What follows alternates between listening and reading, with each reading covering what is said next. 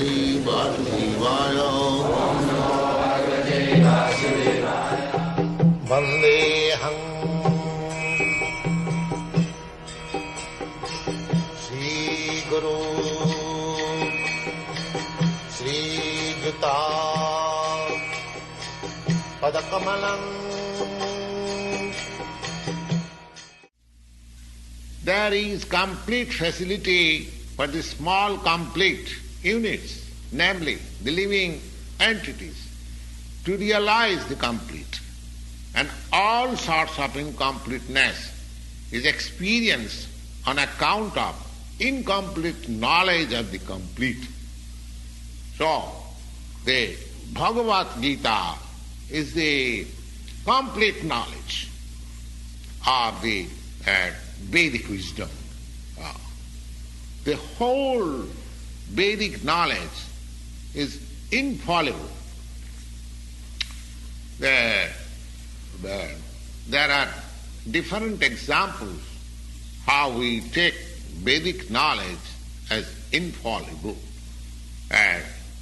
Take for example, so far the Hindus are concerned and how they accept the Vedic knowledge as complete. Here is an insignificant example. Just like the cow dung. The cow dung is the stool of an animal. According to Smriti or Vedic wisdom, if one touches the stool of an animal, he has to take his bath to purify himself. But in the Vedic scriptures, the cow dung is stated as pure. Rather, impure place or impure things are purified by touch of the cow dung.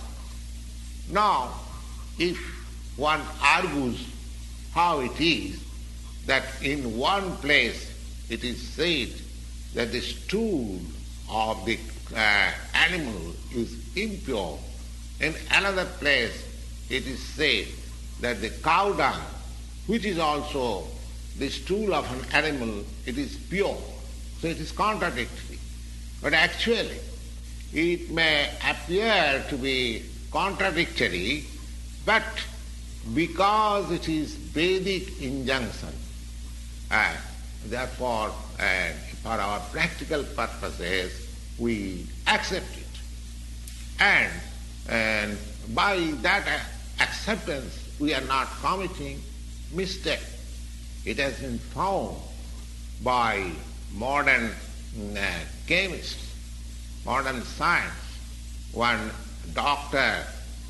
Lal Mohan Ghosa, he has very minutely analyzed the cow dung, and he has found the cow dung is a composition of all antiseptic properties.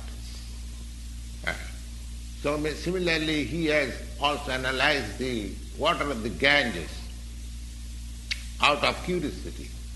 So, my idea is that Vedic knowledge is complete because it is above all doubts and all mistakes. And Bhagavad-gītā is the essence of all Vedic knowledge. The Vedic knowledge is therefore infallible. It comes down through the perfect disciplic succession. Therefore, Vedic knowledge is not a thing of research. Our research work is imperfect because we are searching everything with imperfect senses. Therefore, the result of our research work is also imperfect. It cannot be perfect. We have to accept the perfect knowledge. The perfect knowledge is coming down, as it is stated in the Bhagavad-gītā. Just we have begun. Evam parampara prartham imang rajarsevi. We have to receive the knowledge from the right source in a disciplic succession of spiritual masters beginning from the Lord himself. The Bhagavad-gītā is spoken by the Lord himself, and Arjuna, the student who took lessons of the Bhagavad-gītā, he accepted the whole story as it is, without any cutting.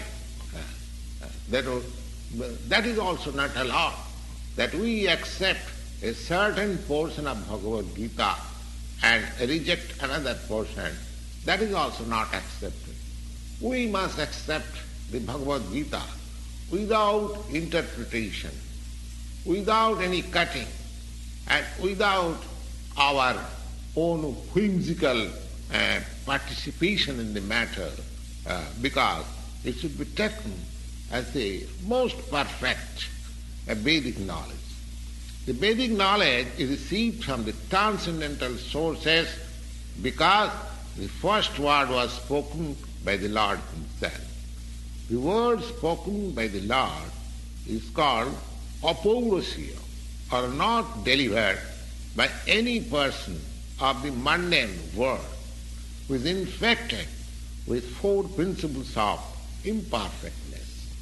A living being of the mundane world has four defective principles of his life, and they are: 1, that he must commit mistake; 2, he must be sometimes illusion; and 3, he must try to cheat others; and 4, he is endowed with imperfect senses.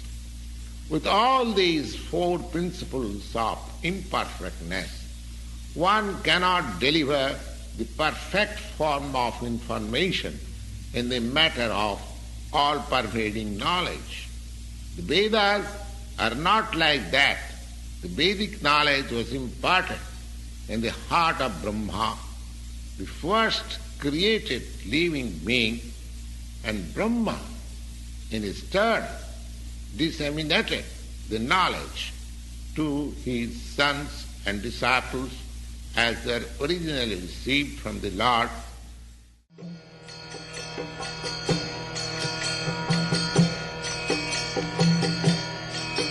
Hare Krishna, Krishna Krishna,